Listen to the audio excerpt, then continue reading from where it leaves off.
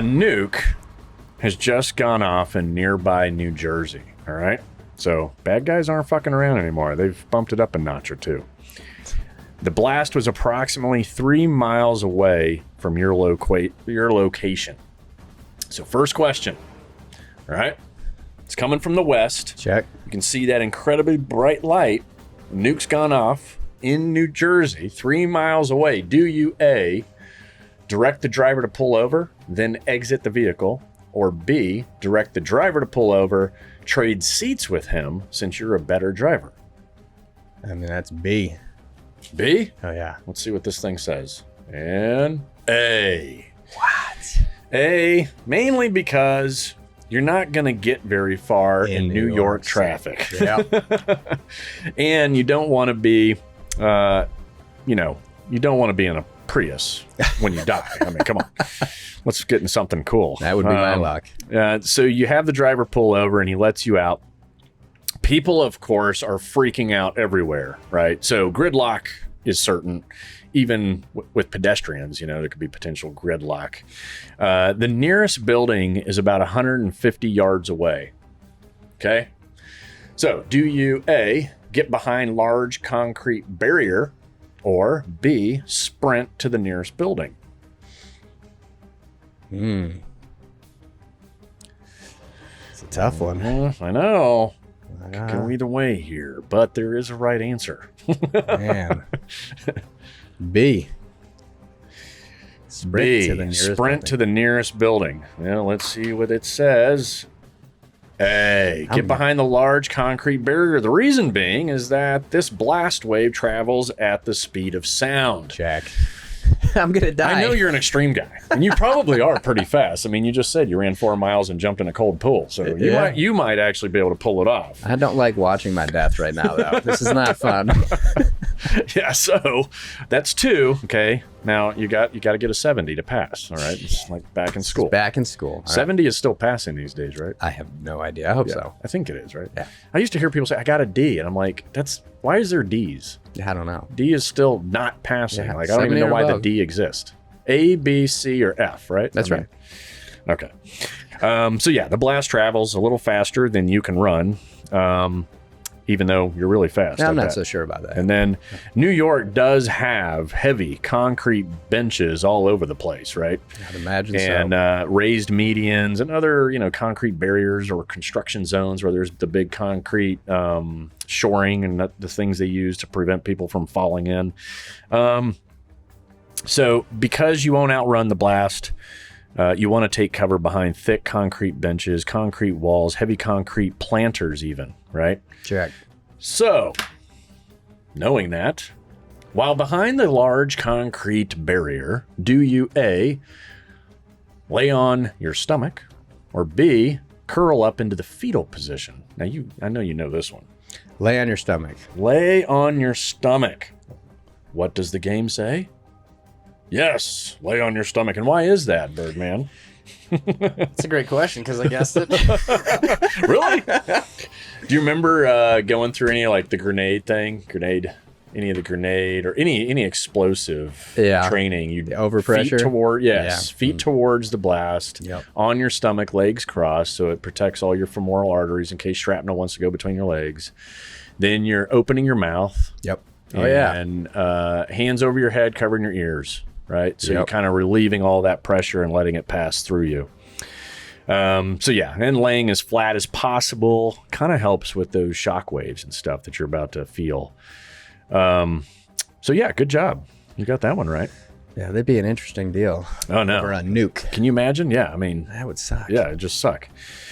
And with Russia feeling all feisty and China feeling all froggy, I mean, it's... who knows what our future has, right? Okay, so which makes these scenarios pertinent, even though they're I'd love to say they're unrealistic. Hey, no, I know what I'm doing on 2 of them. But you just never know, right? You never know. All right, so you lay flat behind the concrete barrier and you survive that initial blast wave. So good job. Next question. So do you, A, remain on the ground behind the barrier, or B, move to your next position? Move to the next position. I'm going to agree with you. Let me see here, though. Yes. Move to your next position. Structures will likely be damaged from the blast wave. A good rule of thumb is to get away from the compromised structures and measure of 3 times the height of the structure itself, right? So a lot of things are going to be damaged. And if something's going to fall on you, you want to be 3 times its height away. That way you're clear of debris and anything else that comes from it. So you move from your concrete barrier, which would be damaged at this point, and as well as the other structures around you are also damaged, and you want to get away from them because they could come down on you at this point. The Uber driver is nowhere to be found, by the way, but his Prius is still nearby. Sweet. So next, take a look here. Do you A, acquire commandeer the Prius, or B, go ahead and grab an older model vehicle? Yeah, you know this one. Yeah, I would acquire the older model vehicle. And what's your initial thought? Why on that? Well, Priuses are electric, so God only knows what you got. And we don't know where it's at power-wise. And 2, older vehicles that don't require electricity can drive. So. That is right. And the reason being is most people don't know when a nuke goes off, not only are you dealing with a nuclear blast, but you're also dealing with an EMP, right? It is such a huge blast that it has its own inherent electromagnetic pulse, which fries electronics.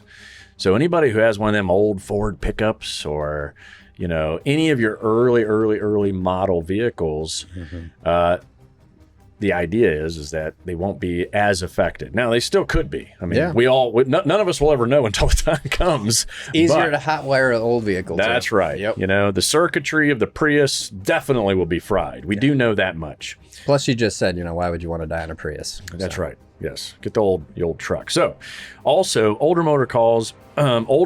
model cars have more mass, right?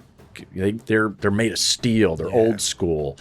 So they provide a little extra shielding if there's some secondary stuff going on. And because you're 3 miles from the detonation, this means you have about 20 minutes before fallout starts. Okay. You're looking due west, all right, at New Jersey, and you can see the fallout moving due east straight towards your position. Makes sense? You steal an older model car that happens to have the keys in it. You got lucky. Sweet. So next, do you we got that right. So do you floor it and head east away from the fallout, or B, floor it and head north parallel to the fallout?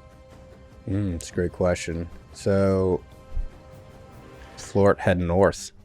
Right, parallel. Yep. Okay, let's see if you got it right. I think you're right. Yes, B, okay, because New York gets most of its weather from New Jersey. I think there's a joke there.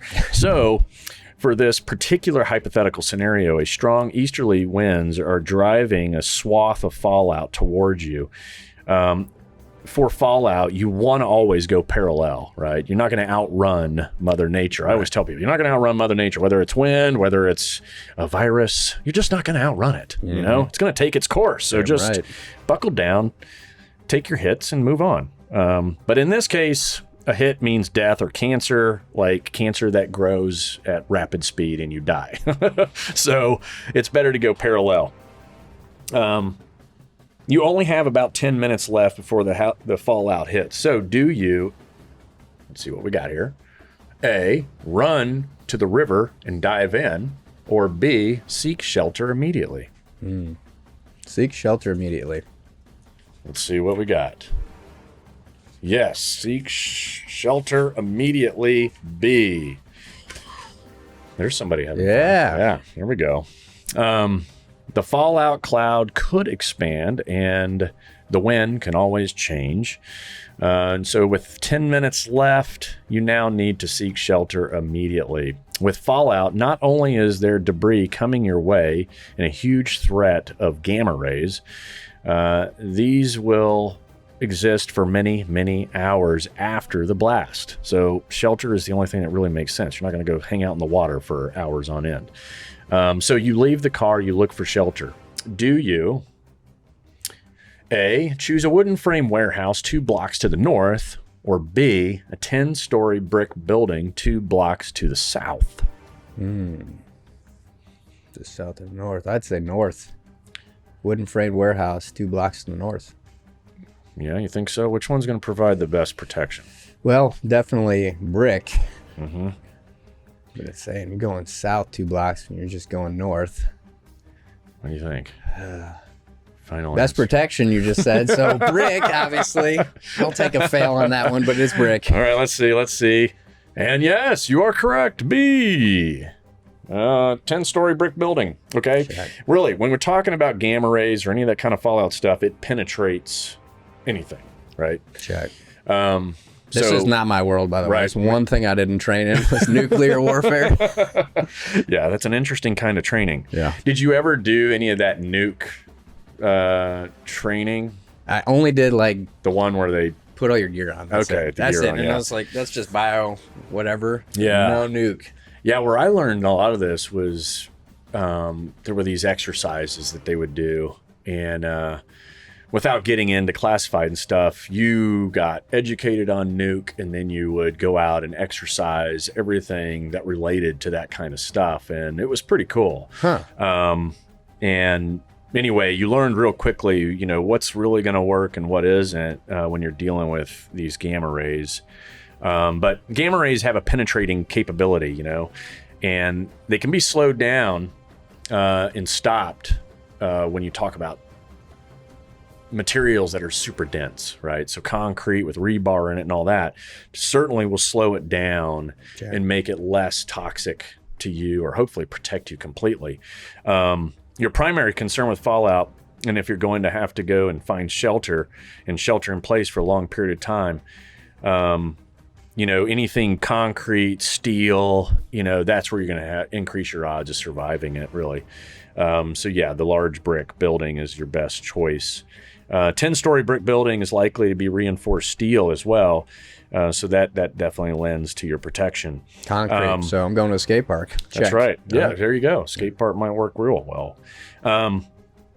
So you get into your brick building. Okay. Once you're inside, all right, are you A, stripping off all your clothes, or B, looking for food and supplies? Look for food and supplies. Are you sure about that? I would say so. All right. Let's see what it says. A, strip off all your clothes. Reason being is you've been outside, right? And the dust and the waves, you're contaminated. Check. And you're going to drag that contamination into what would be potentially a sanitized environment from gamma rays and those particles. So we got crotch rockets going by, and then we got airplanes going by here. Love it. It's a great site. It's a great site for audio. I haven't been out of the teams too long. My first choice would always be strip off your clothes. Yeah, exactly. So anyway, yeah, you want, now that you've been dusted by a nuclear, wave, yeah, you got to get out of those clothes. You're listening to Can You Survive This podcast? Thanks for tuning in. Please make sure to subscribe, rate, and share on the iHeartRadio app, Apple Podcasts, or wherever you get your favorite shows.